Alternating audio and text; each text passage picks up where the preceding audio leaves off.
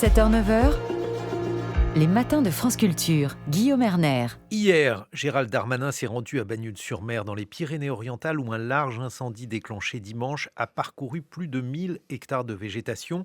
Une occurrence funeste, outre le caractère inédit d'un tel feu de forêt en cette saison. Celui-ci intervient moins d'une semaine après l'adoption au Sénat d'un projet de loi pour justement prévenir ces incendies. Face à l'aggravation des sécheresses et alors que le risque s'accroît, y compris en hiver, comment adapter la prévention, la réponse aux incendies? Bonjour Éric Brocardi. Bonjour. Vous êtes porte-parole de la Fédération nationale des sapeurs-pompiers de France.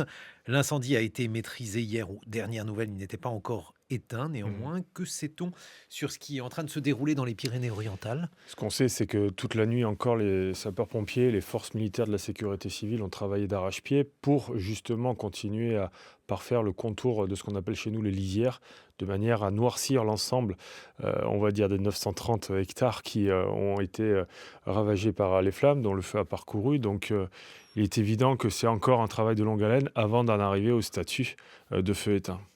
On l'a dit, c'est très tôt dans la saison Oui. pour qu'il y ait de tels feux de forêt. Alors, très tôt dans la saison, les sapeurs-pompiers de France ont toujours connu des feux durant la saison hivernale, et notamment dans le sud de la France. Ce n'est pas vraiment une nouveauté. Ce qui est nouveau, en fait, c'est l'intensité à laquelle s'est produit le feu hier dans les Pyrénées-Orientales. C'est ce qui confirme les points d'alerte que nous avons au sein des sapeurs-pompiers sur un niveau de sécheresse à la fois inégalé jusqu'à présent, qui permet de craindre le pire dans quelques mois, pour la bonne et simple raison que la sécheresse aujourd'hui est un facteur aggravant la situation et l'intensité des incendies, et qui provoque des risques inconsidérables au niveau des habitations et au niveau de la vie humaine. Donc on est vraiment sur une situation extrêmement critique.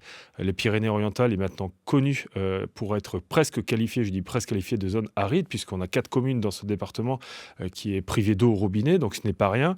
Les sapeurs-pompiers des Pyrénées-Orientales avaient recensé 100 points d'eau brute en début d'année. 40 sont déjà quasiment indisponibles. Donc ça veut dire que même les sapeurs-pompiers eux-mêmes vont être en difficulté pour pouvoir s'alimenter en eau et pouvoir éteindre les feux. Donc des réflexions sont menées, de la vigilance est menée, de manière à ce que demain, tout le monde soit acteur de sa propre sécurité. Et est-ce que c'est tout le sud de la France qui, à terme, est menacé, Éric Brocardi? Non, aujourd'hui, c'est pas que le sud de la France. Je crois qu'au regard de tout simplement la photographie des incendies de 2022, c'est l'ensemble du territoire national qui est pleinement touché, d'où les efforts qui ont été faits en termes d'équipement cette année et annoncés par le président de la République en octobre dernier et le 11 avril dernier en Gironde par le ministre de l'Intérieur, où il y a effectivement une volonté de pouvoir renforcer les moyens aériens.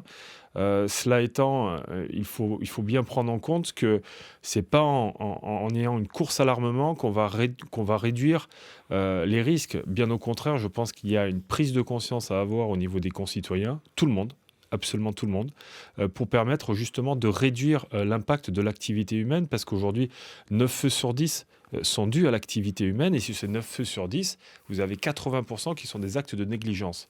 Donc, quoi de plus facile, et on va dire quoi de plus économique que de pouvoir travailler sur ce curseur-là, de réduire cette intensité, qui va avoir un effet domino sur l'ensemble de la force des secours, parce que je rappelle que les sapeurs-pompiers que vous voyez dans les camions citernes feux de forêt, comme vous l'avez vu, ce sont les soldats du climat dans cette situation-là, mais ce sont aussi les soldats de la vie, puisqu'ils génèrent une intervention toutes les 7 secondes pour porter secours. Ce sont exactement les mêmes. Ils ont simplement une unité de valeur supplémentaire qui leur permet de lutter contre les incendies de forêt, mais ça veut dire qu'on est vraiment sur une phase de tension opérationnelle globale sur la chaîne des secours qui ne va pas se résoudre si on continue sur ce rythme-là. Il y a un travail de prévention à faire? Bien sûr, la prévention, c'est la clé de tous les maux de ce que la société peut avoir pour réduire justement à la fois le nombre malheureux de décès que l'on a sur toutes les crises que l'on rencontre, que ce soit malheureusement dans des crises technologiques, que ce soit dans des crises, on va dire, du quotidien. Parce que justement, il faut avoir le bon comportement. Aujourd'hui, on est dans un environnement qui est vulnérable, quel qu'il soit. Et à partir de là, il faut savoir s'adapter à ces conditions-là.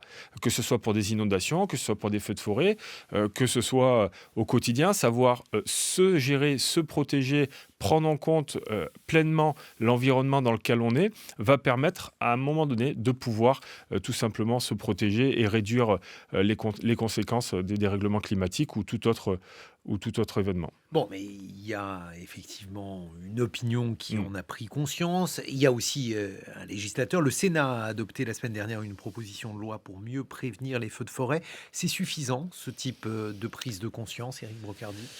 C'est une prise de conscience qui était importante, aussi bien sur le fond que sur la forme. Donc cette proposition de loi menée par le sénateur Jean Baptiste qui a permis et qui suit justement l'activité des sapeurs-pompiers depuis maintenant plus de 2 ans, a bien compris qu'il fallait accélérer le processus, on va dire, de prise en compte de cette intensification des risques feux de forêt. Donc cette proposition de loi, sur la forme, elle a été, déjà d'une part votée à l'unanimité au niveau du Sénat, et deuxièmement, elle a été votée en mode accéléré, ce qui veut dire qu'il y a urgence. Derrière cela, il y a effectivement des mesures de fond qui sont extrêmement importantes, que ce soit l'obligation légale de débroussaillement, et puis faire rentrer le jet de mégot comme un acte pénalement répréhensible, qui va permettre à un moment donné de prendre conscience qu'aujourd'hui ce geste anodin que parfois certains peuvent avoir. Alors, il ne s'agit pas de stigmatiser que les fumeurs, mais néanmoins d'avoir un acte qui permet d'agir sur une forme d'initiation du feu de forêt doit permettre aujourd'hui d'être répréhensible parce que justement on ne peut plus tenir face à une telle intensité du risque feu de forêt. Et le débroussaillement? Alors, le débroussaillement, je pense que c'est la meilleure des méthodes pour aider plusieurs choses. Déjà, aider les sapeurs-pompiers, parce que quand on fait un débroussaillement autour de chez soi, c'est 50 mètres autour de chez soi, sur une bande justement de 50 mètres, qui va permettre de mettre sa maison en autoprotection. Donc, dès lors que cette maison est en autoprotection, ça veut dire qu'on engagera moins de sapeurs-pompiers, qu'on va pouvoir reporter sur d'autres missions ou aller un peu plus au niveau du front des flammes. Et c'est aussi protéger sa vie, sa famille. Donc, c'est aujourd'hui crucial. Ça doit intégrer le plan local d'urbanisme qui va permettre à un moment donné de pouvoir justement justifier le fait d'avoir cette prise de conscience vraiment globale de se protéger pour faire face aujourd'hui aux enjeux du dérèglement climatique. Mais ça veut dire justement que dans votre travail, ce qui est prioritaire, c'est de protéger les maisons, et donc c'est cela qui se fait au détriment de votre avancée rapide pour lutter contre le feu ailleurs, dans la forêt, par exemple, là où il n'y a pas de maison, Éric Brocardi? En fait, ça va bien au-delà de ça. Notre mission prioritaire, c'est protéger, secourir et sauver les personnes, les biens et l'environnement. Donc, on doit prendre en compte à chaque fois, lors d'une stratégie opérationnelle, de mettre de concert l'ensemble de ces objectifs et de pouvoir les atteindre. Donc, aujourd'hui, on parle d'hectares brûlés, mais bon nombre de vies ont été sauvées, bon nombre d'hectares ont été aussi sauvés, des maisons, ce qu'on appelle dans le cadre des défenses de points sensibles, vous en avez souvent entendu parler l'année dernière lors des incendies. Ça veut dire que toute cette valeur-là, aujourd'hui, les sapeurs-pompiers doivent nécessairement la qualifier pour permettre justement de valoriser le travail et cet engagement-là. Si aujourd'hui, nous n'avons que 930 hectares, ça veut dire que le travail des sapeurs-pompiers, qu'ils soient volontaires ou professionnels et aux forces unités militaires, a été extrêmement conséquent. Merci Éric Brocardi. Je rappelle que vous êtes porte-parole de la Fédération nationale des sapeurs-pompiers de France.